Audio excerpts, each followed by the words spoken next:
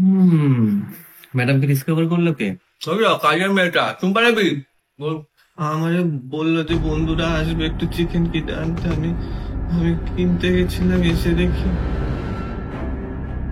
কি খেয়েছিল লাস্ট? ওই যে বানিয়ে দিতাম দিদিকে ভেজিটেবলের পাউস সালাড, ওটাই খেয়েছিল। ঘুমের ওষুধ পেলো কোথায়? She was under medication. সেটা রিজনটাও খানিকটা তুই ছিলিস। তা আপনি কে বাছা? তোর প্রাক্তন।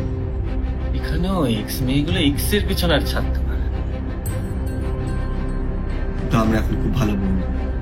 ছিলেন, আপনার বন্ধু ছিলেন, টপকে গেছে। She was sad because uncle আন্টির পর পরে ওকে চলে যাওয়াটাও মেনে নিতে পারছি না। আর আপনারা এখানে ইয়ার্কি মারছেন। সাবিত্রর মুখটা বন্ধ করো প্লিজ।